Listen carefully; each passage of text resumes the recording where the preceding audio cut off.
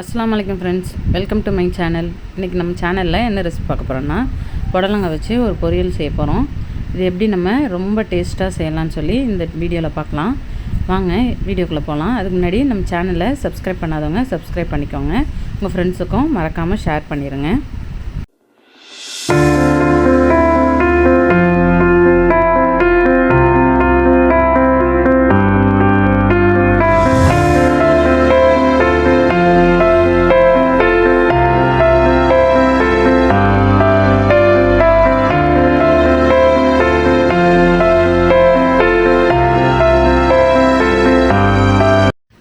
பிஸ்மில்லா. First நம்ம புடலங்காய் 3 புடலங்காயை நான் க்ளீன் பண்ணி எடுத்து வச்சுருக்கேன். இதை நம்ம பொடி பொடியாக கட் பண்ணி எடுத்து வச்சுக்கலாம். அடுத்ததாக இதுக்கு தேவையான பொருள்லாம் இங்கே நான் எடுத்து வச்சுருக்கேன். 1 by 1 நம்ம இது எல்லாத்தையும் சேர்த்து எப்படி பொரியல் செய்யலான்னு சொல்லி இந்த வீடியோவில் பார்ப்போம்.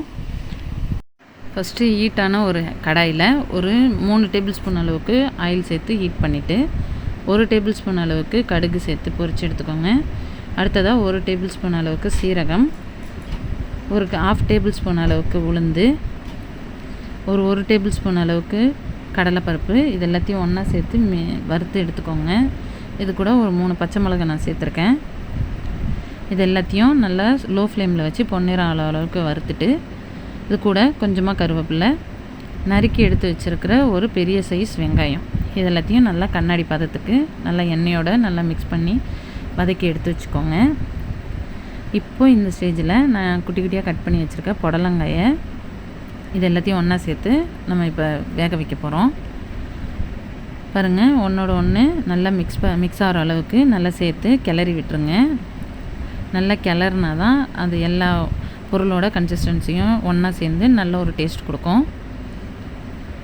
பாருங்கள், இந்தளவுக்கு நல்லா மிக்ஸ் பண்ணணும். நல்லா மிக்ஸ் பண்ணியாச்சு. இப்போ நம்ம இதை ஒரு மீடியம் ஃப்ளேமில் வச்சு மூடி போட்டு ஒரு 2 to 3 minutes வேக வச்சு எடுத்து வச்சுப்போம். பாருங்கள், கொஞ்சம் நல்லா வெந்திருக்கு.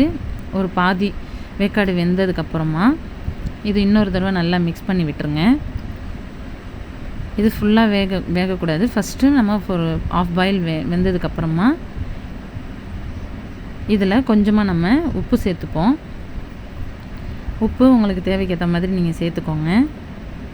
இந்த காய் பொரியல் டெய்லியும் நீங்கள் வீட்டில் செஞ்சு கொடுத்தீங்கன்னா இந்த டேஸ்ட்டில் நீங்கள் செய்யும் போது உங்கள் குழந்தைங்களோ பெரியவங்களும் ரொம்ப விரும்பி சாப்பிடுவாங்க. இது அவ்வளோ உடம்புக்கு ரொம்ப நல்லது கூட. நீங்கள் ஒரு தடவையாச்சும் வாரத்தில் ஒரு தடவையாச்சும் ட்ரை பண்ணி பாருங்கள். அவ்வளோதான். இப்போ எல்லாத்தையும் ஒன்றா சேர்த்து மிக்ஸ் பண்ணியாச்சு. கடைசியாக ஸ்டவ் ஆஃப் பண்ணுறதுக்கு முன்னாடி நான் ஒரு அரை மூடி தேங்காயை திருவி எடுத்து வச்சுருக்கேன். அதையும் இதில் சேர்த்து நல்லா ஒரு தடவை மிக்ஸ் பண்ணி விட்ருவோம். நல்லா கிளறினதுக்கப்புறமா என்ன ஒரு சூப்பராக வந்திருக்குன்னு பாருங்கள். சாப்பிட்றதுக்கும் அவ்வளோ ஒரு அருமையாக டேஸ்ட்டாக இருக்கும். எல்லாத்தையும் ஒன்றா நல்லா லோ ஃப்ளேமில் வச்சு நல்லா ஒரு தடவை மிக்ஸ் பண்ணிவிட்டு ஸ்டவ் ஆஃப் பண்ணிடுங்க. அவ்வளோதான், சுவையான ருசியான புடலங்காய் பொரியல் ரெடி ஆகிடுச்சு. உங்கள் வீட்டில் இதையே ட்ரை பண்ணி பாருங்கள். மறக்காமல் நம்ம சேனலை சப்ஸ்கிரைப் பண்ணிவிட்டு உங்கள் ஃப்ரெண்ட்ஸுக்கும் ஷேர் பண்ணிவிடுங்க.